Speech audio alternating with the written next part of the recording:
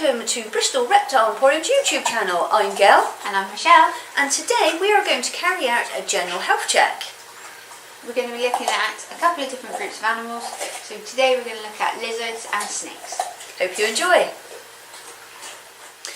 So here we have a boa, and Michelle is going to talk us through a health check of what you should look for on the animal. Now Michelle, over to you. So with snakes, we're going to start at the head and work our way back. So we're going to start with the eyes. We're going to check that there's no cloudiness of the eyes. This could indicate a retained eye cap from a previous shed. Doesn't appear to be the case with this animal, which is great.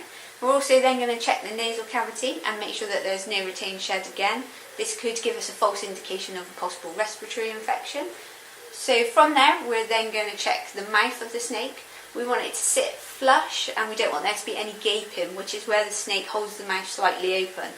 Doesn't appear to be the case. If I was doing a slightly more in-depth health check, I may open the mouth of the snake just to check that there's no excessive mucus or discharge within the mouth. But because the mouth is sitting so flush, that's not something that I'm going to carry out today. I'm not overly concerned about that. Running down the body of the snake, I'm just looking at the general skin condition, the scale conditions, making sure that there's no scarring from possible previous wounds. Also checking that the muscle tone is nice and even and that there's no areas that bring cause for concern, which again doesn't appear to be the case with this animal. Then I'm going to run to the cloaca, and when we get down there, what we're looking for is that we don't want any discharge from the cloaca, we don't want any residual waste in this area at all, and we want it all to be clean and tidy in appearance. We don't want any unnecessary bulges that may indicate that there's more going on internally than we believe. So with this particular animal, everything there looks okay.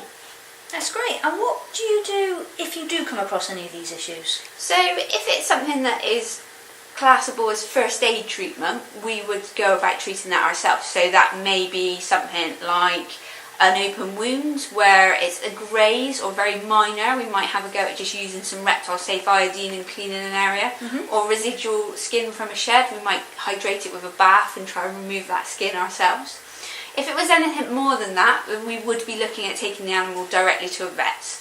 Obviously we're not experts when it comes to in-depth medical conditions, and the best people to deal with that are people that are trained and qualified to do it. So anything past basic first aid, we wouldn't recommend that you take on yourself without instruction from a vet. Now obviously there are parasites that animals can get on their skin, and in some cases we can treat those ourselves. So we can use a course of mite treatment, which you should be able to get in any good reptile shop. And that will enable us to treat any external parasites, the same as you would with fleas on a cat or a dog. There's nothing wrong with that at all. But when it goes into more internally or in-depth problems, then veterinary advice is the best course of action. Okay, that's very informative. Thank you, Michelle. So here we have a leopard gecko, and we're going to do a health check, and Michelle's going to tell us what we need to look for and what to do if we come across any problems. So Michelle, over to you. So normally start at the head of the animal. It means I'm less likely to miss any areas as I work back along the length of the body. Inevitably I will, because that's quite normal.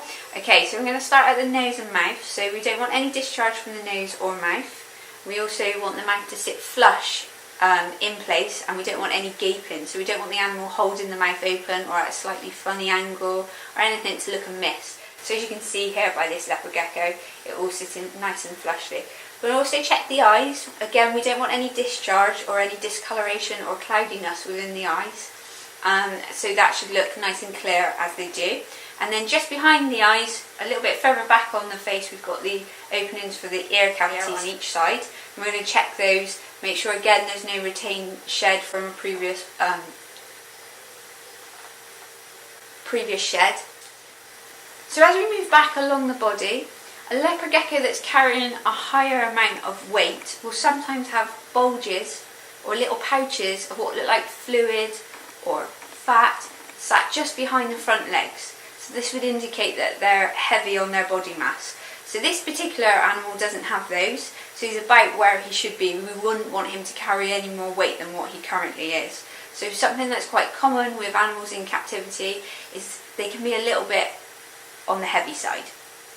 We love our animals, so we tend to put this across in the form of extra nutrients, which they don't always need.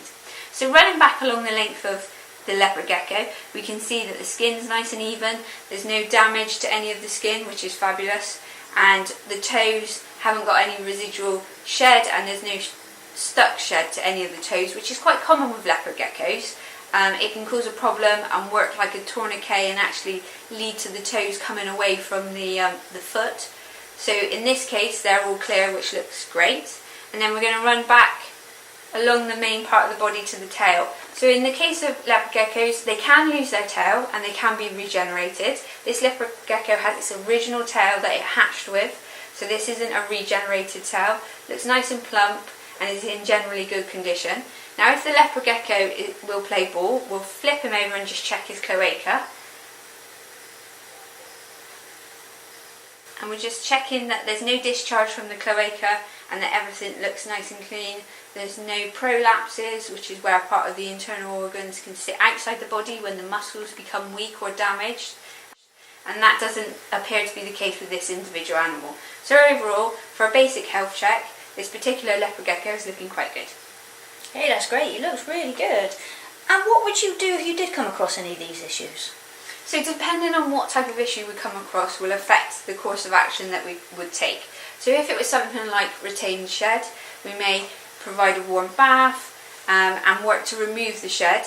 However, if it was something more severe like a prolapse, it would be a case of taking it to the vets and seeking medical advice in regards to it. So we don't want to do anything that is beyond first aid, really. Anything further than that, we should always seek veterinary advice. Okay, that's great. Thank you, Michelle. It's very informative. Thank you for watching Bristol Reptile Emporium's YouTube channel. Don't forget to subscribe, and we look forward to seeing you next week for another video. Bye! Bye!